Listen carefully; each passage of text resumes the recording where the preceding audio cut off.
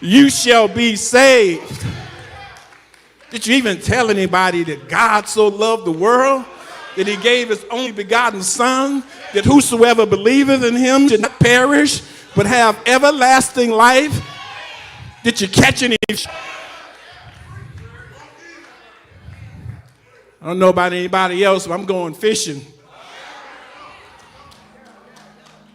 Jesus says, throw your net on the right side, and you'll find some. I almost titled this sermon, Angel, throw it on the right side, but that'd have been a whole nother conversation.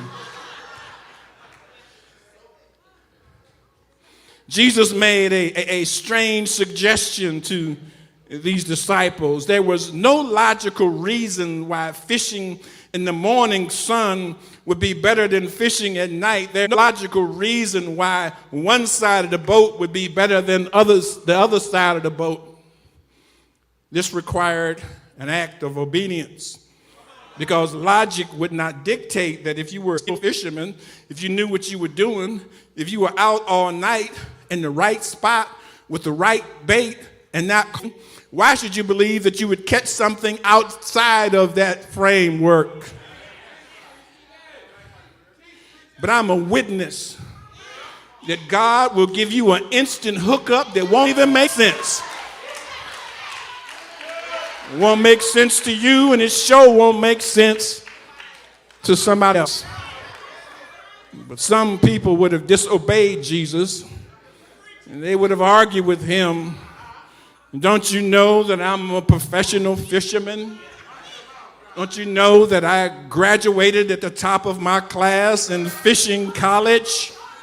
I know what I'm doing.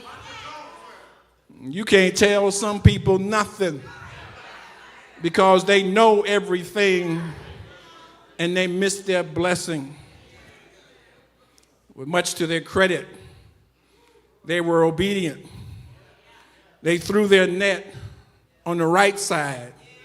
And John says they netted so many big fish that 7 grown men could hardly bring it to shore. The net was filled with large fish, and even though the fish were so big and it was so many that the net wasn't even broken. It mentions a specific number of fish, 153 in total. And I don't know who gave such a specific number, but one thing I do know is some of y'all are going to play that number tomorrow. I know.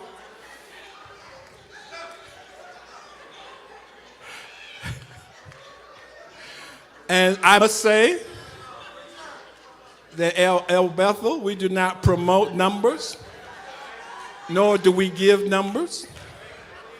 But having said all that, if you must pay it, box it.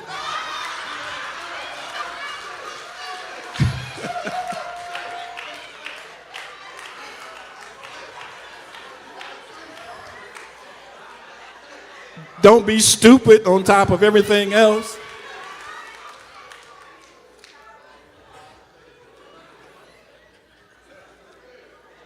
Come out 5:31, you're going to be hurt.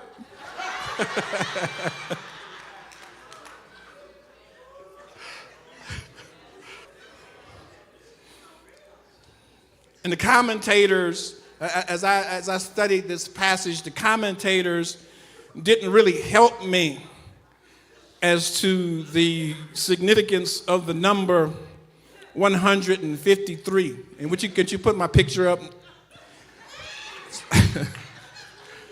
But I had to do my own research. And I found that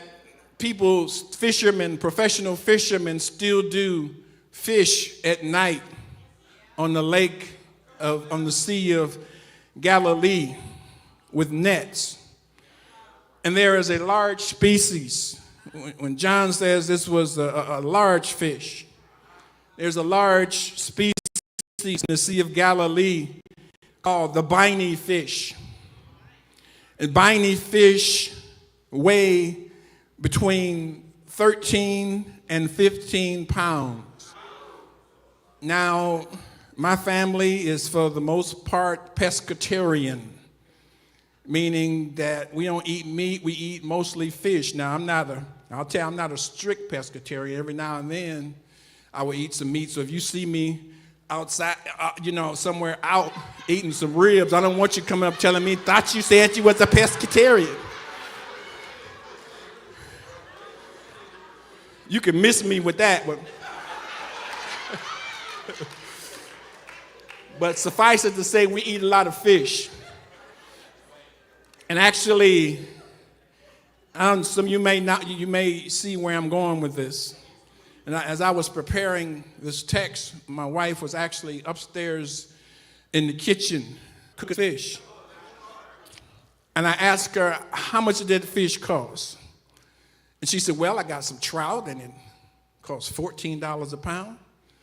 And I got some pickerel, and it costs $13 a pound. Oh, I need some of you folk who could do math, and especially young people, if you do math fast and you can use your calculator, I want you to, in this part of the message, he had it's a word problem. He had 153 large fish, and let's say they weighed on an average of 14 pounds. And let's say, these weren't expensive fish like my wife liked to buy, but these were good fish because Jesus put these fish in the net. So let's say they were $12 a pound. Well, how much did that come out to? Anybody do the math? Over $25,000. This was a financial blessing. This was a huge financial blessing for these disciples. Somebody here today needs some big fish. Jesus wants to fill your net. They realized Jesus, who was standing on the shore, because something like this had occurred earlier in their relationship when Jesus was teaching and preaching on this same beach, and there was a large group of people who gathered, so many that he couldn't effectively speak to them, and Peter allowed him to get up in his ship, and they rowed off from the shore a bit so he could have an elevated position and his voice would project against the water, and he preached to thousands of people that day. And when he had finished preaching, and this was another time when Peter had been out fishing and hadn't caught anything, and he said, throw your net on the other side. And Peter caught so many fish that it broke his net. I believe that God wants to break some nets today.